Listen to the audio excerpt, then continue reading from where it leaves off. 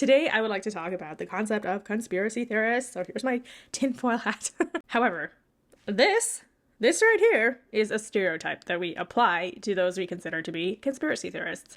And I want to kind of be the devil's advocate today and talk about how those people merit some sort of consideration and actually how it's really important for us to apply critical thinking and to be open-minded, because I think that a lot of us think that we're very logical and rational, but at the same time are not willing to listen to other people's opinions because we've already made up our minds, you know? Like the verdict has been predetermined by our own judgments. So let's talk about it. With the 2024 presidential elections in the States happening in a couple months or so, obviously there's a lot of heated debate going on, which is warranted given the crises that your average American citizen is facing in their everyday lives. And although I am not American, so I don't want to comment on my own political beliefs, I don't think that's fair since I'm not, in that lived experience for an American citizen. I am here in Canada and we are very directly influenced by American politics, and the ramifications that will come from that election will definitely ripple up into my nation here. So in that sense, I am invested in the final outcome. However, I'm not here to really present my case for or against any particular party, nor, given my tinfoil hat that I was wearing at the beginning, am I here to present any conspiracy theories for you to consider. However, I would like to present to you a framework of how I think we should handle both sides of any argument. Now, here's the issue that I think so many of us are facing, in that we know that the status quo is not working for us, right? I, as an average middle-class citizen, do not feel like the system is working in my best interest. And I have really struggled with trying to navigate my own way through the way things are right now. And I know so many other people are in that boat from the conversations I've had with others. And so we're not okay with how things are going. We're not okay with the status quo. However, at the same time, we tend to shut off any dissident voices, and we kind of just go with like whatever the people in power right now are saying and doing. We tend to just agree with what that is, and that is because we trust them. And I think trusting someone is a very natural human thing to do, and it's actually kind of our default. Like, we as humans want to trust others. We want to trust people, and on a spiritual level, that's because we are all connected, right? Because of that deep inherent connection to others, our default is not to question others. And the people who do, they do so often because of being hurt by putting their trust in the wrong people or the wrong things in the past. So I am here to defend conspiracy theorists because they are the ones who are trying to deep dive and investigate the status quo and to see why is it that things aren't working. Now, the problem is we often stereotype these people as being these like cloistered group of guys, usually, who live in their mom's basement and, they wear their tinfoil hats and they don't trust the government at all and they refuse to take any vaccinations or give out their social security numbers or whatever. So that's what normal people associate as what a conspiracy theorist is. I think there are a lot of us who are like closeted conspiracy theorists because we don't want to be labeled as belonging to that group and then, subsequently being canceled. However, I don't know, like, I consider myself as someone who explores conspiracy theories because I would like to know, what the other side is. And a theory in and of itself it's not like this is the gospel truth, right? It's a theory. That's the definition of what a theory is. It's just a possible scenario of what could be going on based on some evidence that has been presented. As a base definition, to have a theory about a conspiracy is completely reasonable. And the onus on whoever is positing that theory is to provide evidence. The onus falls on them to prove why they think that theory is correct, just like anything else, right? However, we put much more of that burden on someone who is claiming something that goes against the mainstream philosophy or like what's currently popular as the opinion, we put so much more of a burden on them than we do the people who are presenting the status quo mainstream way of life, like how things are right now. Unfortunately, we don't consider conspiracy theorists as being like rational or logical people. We often consider them to be like fanatics or extremists. I don't think that's necessarily true, and fine. If you want me to put on my tinfoil hat because of that, I will. But essentially, I just think that we should expect that same burden, and we should expect that same amount of evidence from the other side as well. And we need to be open-minded to both sides. I know very sane, rational, logical people who think that something is up with our current government or our current, like, the corporations that are in power. There is always inherent bias, okay? Like, I don't care how much a person in power, whether that's a politician or a celebrity, says that they have the best interests of their followers in mind. No matter how amazing somebody seems, first of all, we can't really know their true intentions unless you're some psychic, telepathic being who can see into their mind and read their inner thoughts. We'll just never know, right?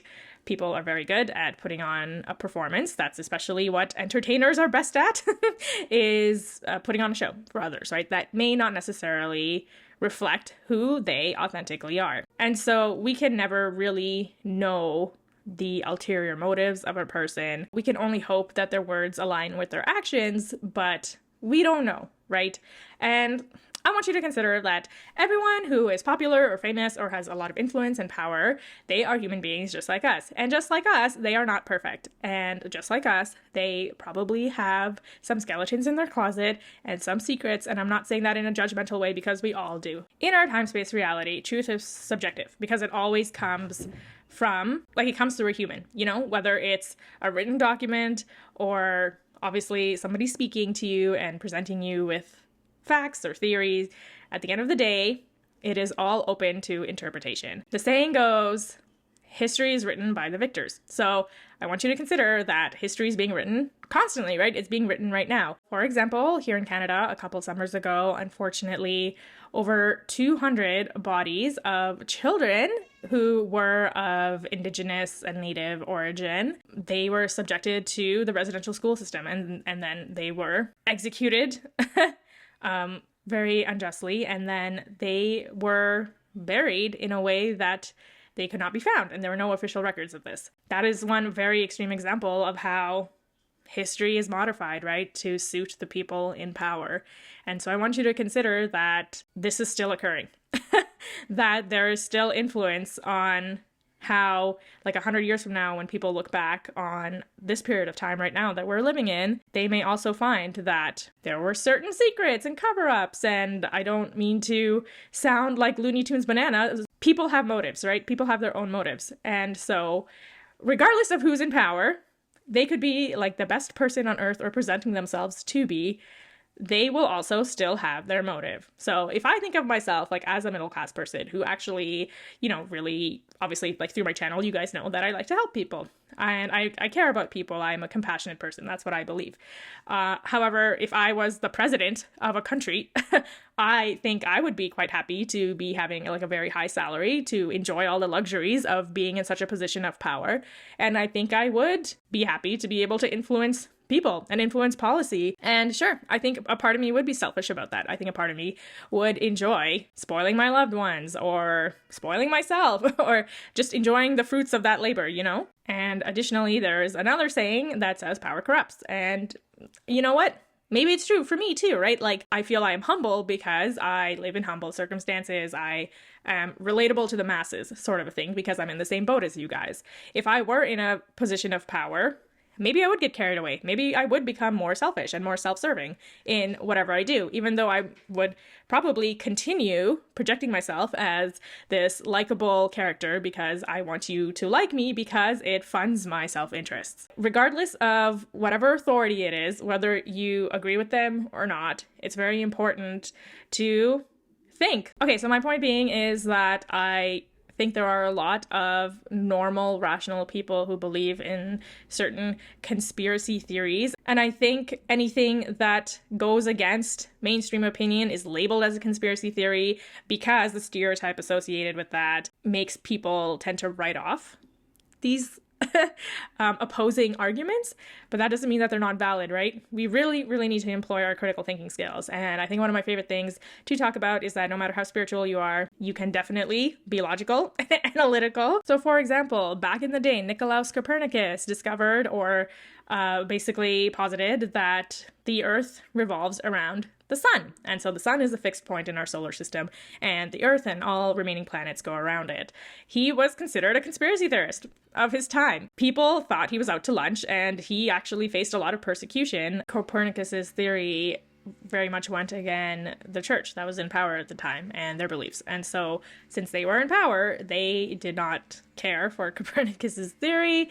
They did not like him for presenting it to the scientific community at large. The church is not in power any longer in the sense that, yes, they obviously have an influence on their following, but we have separated state and church. We should also consider that the state is now more in power than they were before. And so they also will have an opinion, right, on theories that go against what they want to work for them. I would like to change the phrase devil's advocate to God's advocate, because when we think of God, he is omnipotent and omniscient, and I think those two qualities are basically what is required to understand objective truth. If you can be God's advocate, then you can be open to others' opinions, and of course, hopefully their opinions have some facts and data and evidence to back up the conclusion that they're drawing. But in that sense, if you can be open-minded to that, you should still listen to people, right? Even if they don't have any evidence to back up their claims.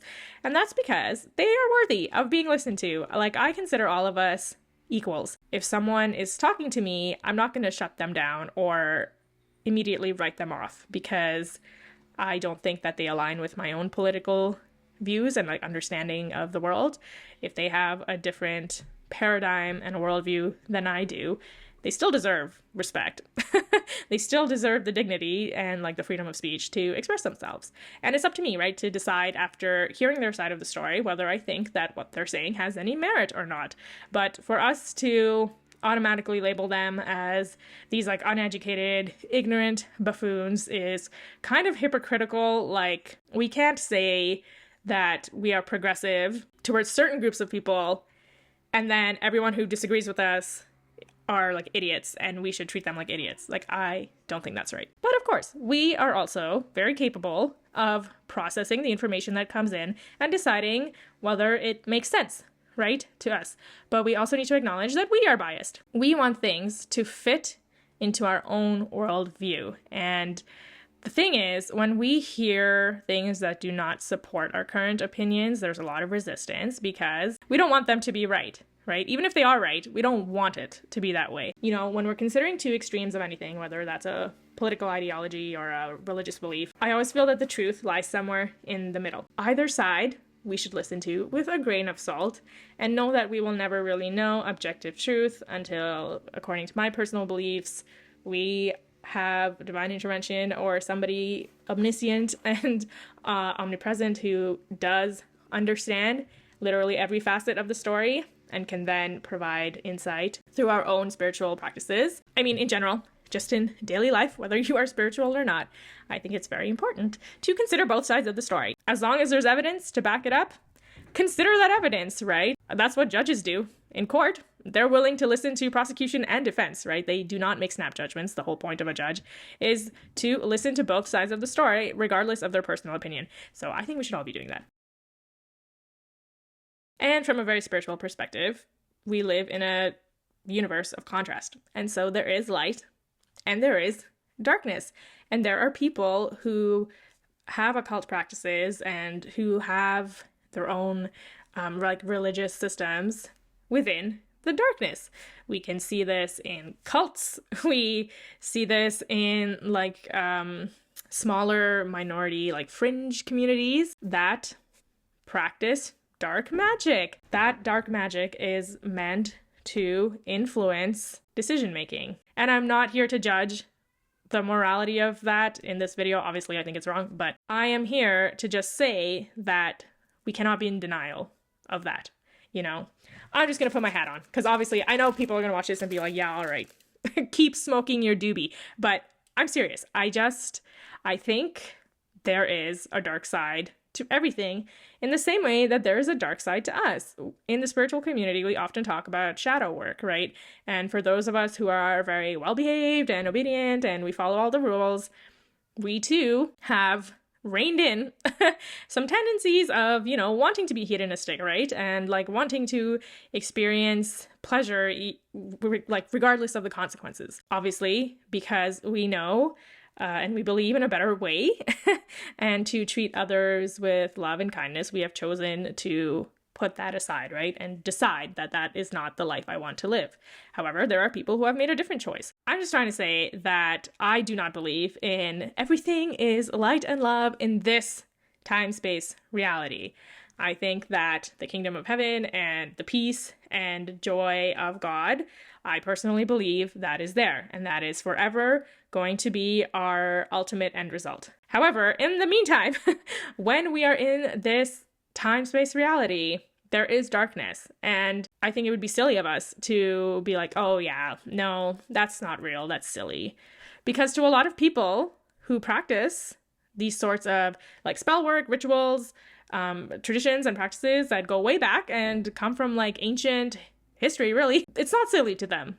They take it seriously because those are their beliefs, right? And we need to respect that. And a lot of these practices are meant to help people come into powerful, influential positions.